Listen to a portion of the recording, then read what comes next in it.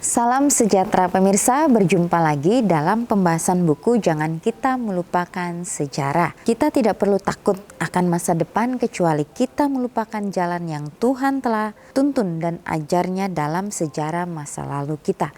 Ini ditulis oleh Nyonya Ellen G. White, dan juga saat kita melihat ke belakang dan merenung setiap saat. Semoga kita terinspirasi untuk mengingat dari mana kita berasal dan menegakkan obor yang dipercayakan kepada kita untuk menerangi jalan bagi orang lain juga. Jadi nasihat firman Tuhan yang luar biasa pada saat ini akan memberikan kita suatu motivasi supaya hari demi hari kita boleh lebih sesuai dengan kehendak Tuhan.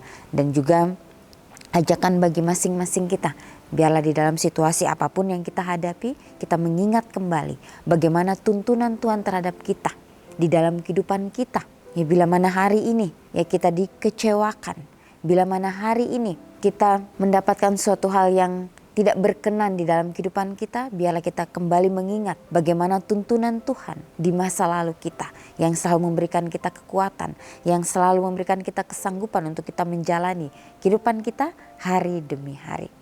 Biarlah setiap masalah yang kita hadapi, kita boleh serahkan kepada Tuhan. Dan Tuhan akan selalu meringankan setiap langkah-langkah kehidupan kita. Pada saat ini kembali lagi, saya mengundang akan seluruh anggota keluarga dan saudara-saudara semua.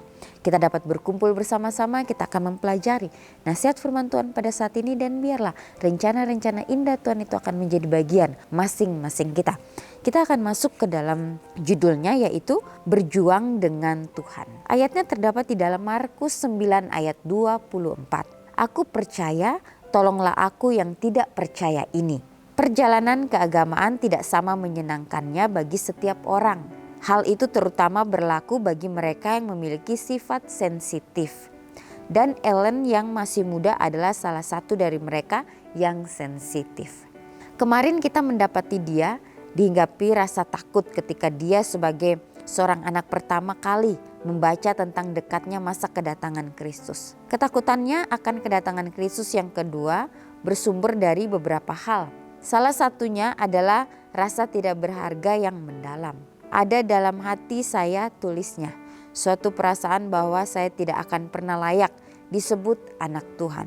Bagi saya, tampaknya saya tidak cukup baik untuk masuk surga. Selama bertahun-tahun, Ellen berjuang melawan ketakutannya. Dua keyakinan yang salah memperparah masalahnya. Yang pertama adalah bahwa ia harus menjadi baik atau bahkan sempurna sebelum Tuhan dapat menerimanya. Yang kedua adalah bahwa jika ia benar-benar diselamatkan, maka ia akan merasakan kegembiraan rohani. Kesuraman emosionalnya mulai sirna pada musim panas tahun 1841 ketika ia menghadiri pertemuan perkemahan yang diselenggarakan oleh gereja Metodis di Boston, Maine.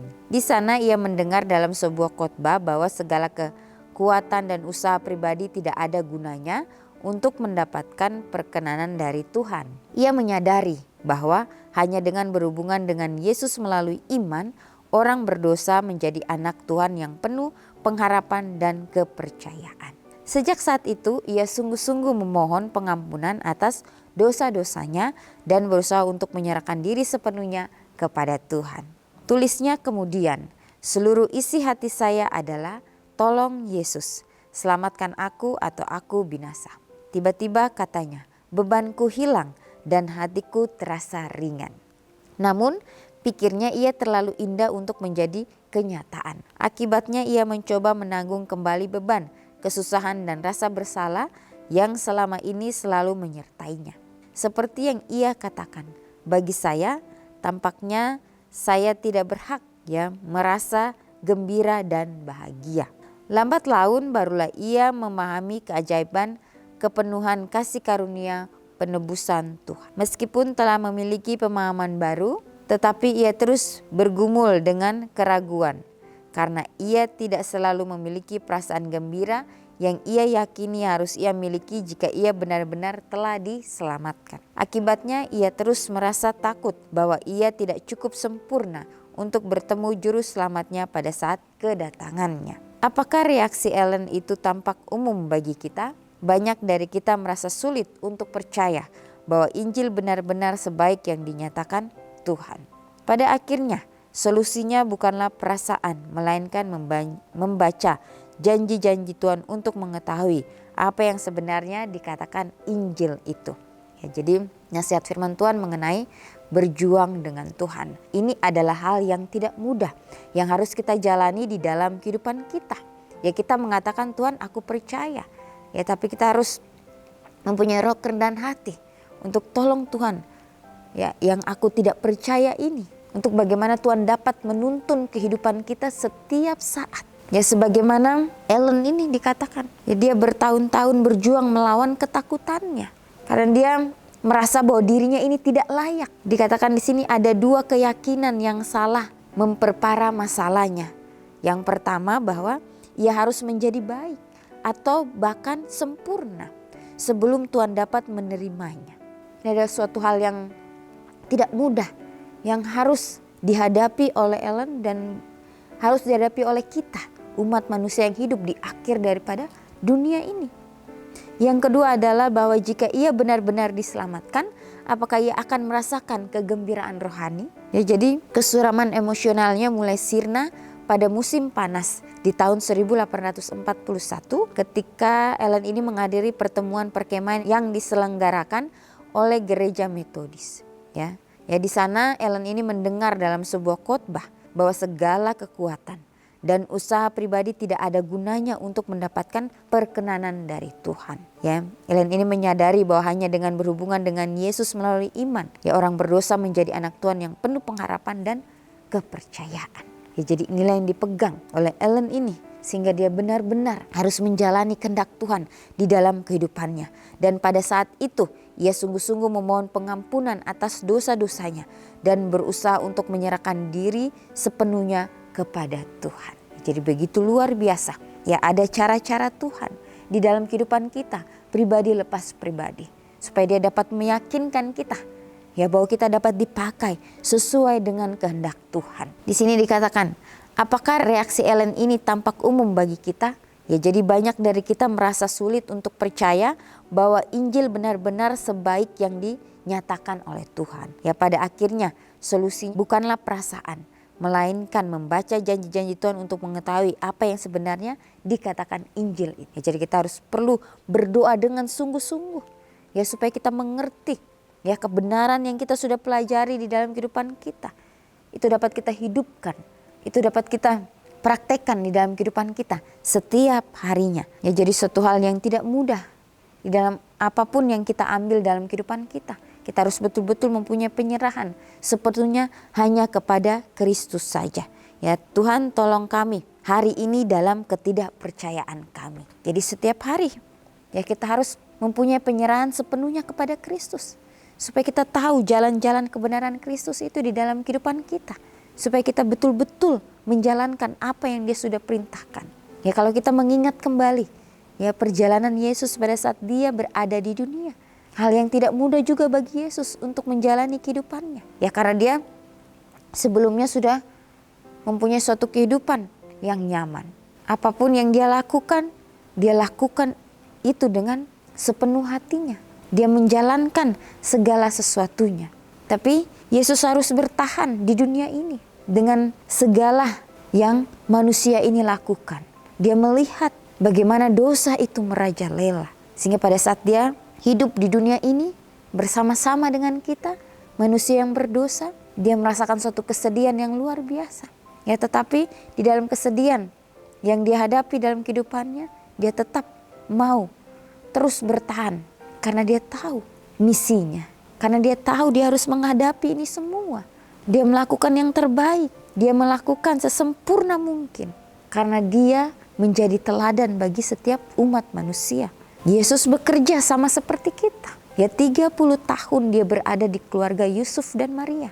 Dia menjalankan apa yang sudah menjadi kewajibannya di dalam kehidupannya. Sehingga pada saat dia menjalankan misinya, dia menjadi manusia yang betul-betul matang untuk dapat menyelesaikan akan kabar keselamatan kepada setiap orang. Dia rela berkorban untuk kita. Dia mati di atas kayu salib yang hina itu. Hanya demi kita, manusia yang berdosa ini. Oleh sebab itu biarlah kita sebagai tebusan daripada yang Yesus sudah berikan kepada kita. Kita boleh betul-betul selalu memandang kepada salib itu. Hanya Dialah yang harus kita tinggikan di dalam kehidupan kita, sehingga Dia dapat memakai kita sesuai dengan kehendak-Nya. Biarlah di dalam situasi apapun yang kita hadapi, kita boleh terus berserah hanya kepada Kristus yang satu-satunya penolong kita, yang satu-satunya akan memberikan kita kelepasan, memberikan kita kedamaian yang belum pernah kita rasakan sebelumnya. Ya, akan banyak tantangan yang akan kita hadapi, tapi biarlah kita yakin dan percaya bahwa semuanya akan berlalu dengan pertolongan Tuhan, bahwa Tuhan akan selalu ada untuk kita tepat pada waktunya. Biarlah dalam situasi apapun yang kita hadapi, kita mau terus berserah hanya kepada Tuhan saja. Kita mau menjalankan apa yang Dia sudah perintahkan dalam kehidupan kita dengan sepenuh hati kita. Ya, biarlah nasihat firman Tuhan pada saat ini kembali lagi memberikan kita kekuatan untuk kita betul-betul berserah hanya kepada Tuhan saja. Ya, di sini katakan, ya meskipun telah memiliki pemahaman baru, tetapi Ellen ini terus bergumul dengan keraguan karena ia tidak selalu memiliki perasaan gembira yang ia yakini harus ia miliki jika ia benar-benar telah diselamatkan. Ya, akibatnya ia terus merasa takut bahwa ia tidak cukup sempurna untuk bertemu juru selamat pada saat kedatangannya. Ya, jadi rasa ketidaklayakan itu ya di dalam kehidupan kita, itu akan terus membuat kita untuk kita mempunyai ketergantungan sepenuhnya kepada Kristus. Ya, jangan kita percaya diri. Ya, Ellen ini ya pada saat dia merasakan bagaimana tuntunan Tuhan, dia merasa dirinya ini tidak layak. Ya, tapi bagaimana dia mau terus berjuang untuk terus melakukan yang terbaik, untuk mau menerima rencana Tuhan di dalam kehidupannya. Biarlah nasihat firman Tuhan pada saat ini dapat terus memberikan kita kekuatan, memberikan kita kepercayaan bahwa Tuhan bersama-sama dengan kita. Betapa pentingnya iman kepada Kristus yang selalu bergantung sepenuhnya hanya kepadanya, sehingga kita dapat menjalankan apa yang Dia kehendaki di dalam kehidupan kita masing-masing. Biarlah komitmen demi komitmen yang kita sudah ambil, kita doakan itu, sehingga kita dapat jalankan itu dalam kehidupan kita setiap harinya. Inilah menjadi nasihat firman Tuhan pada saat ini.